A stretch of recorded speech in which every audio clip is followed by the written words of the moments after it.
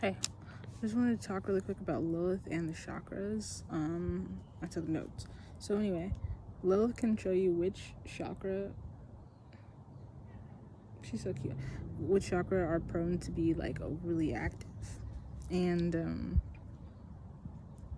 yeah, and usually like energetically imbalanced. So for me, I have Lilith and Scorpio. So I also go off of the traits too, just a sign, but you know, like Lilith and Scorpio is pretty sexual, pretty deep, and sexual energy is the sacral chakra. Scorpio in and of itself is the solar plexus, so I would say that I could transmute energy from the sacral region and the solar plexus. I can transmute energy from anywhere, but I'm just saying, like, that would be really powerful for me, having Scorpio and Lilith to do.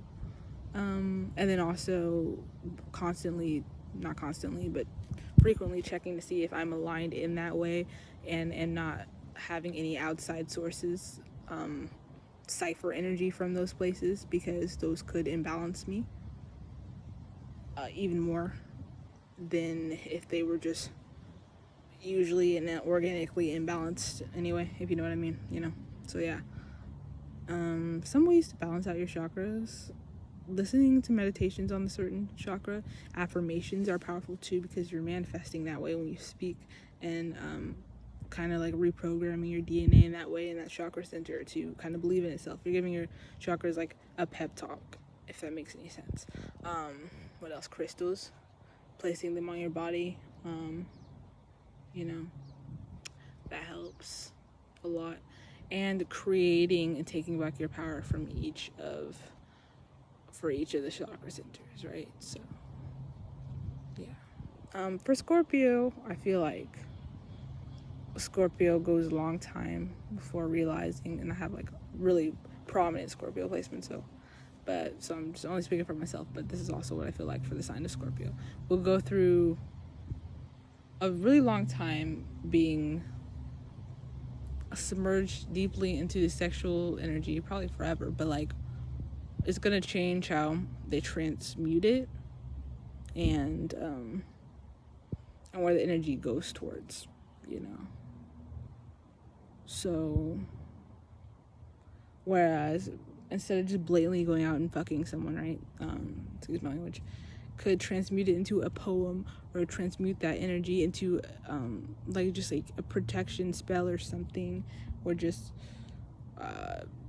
envisioning the sacral energy moving up the spine, up the centers, going up higher, right, to kind of get out of the lower chakra systems, because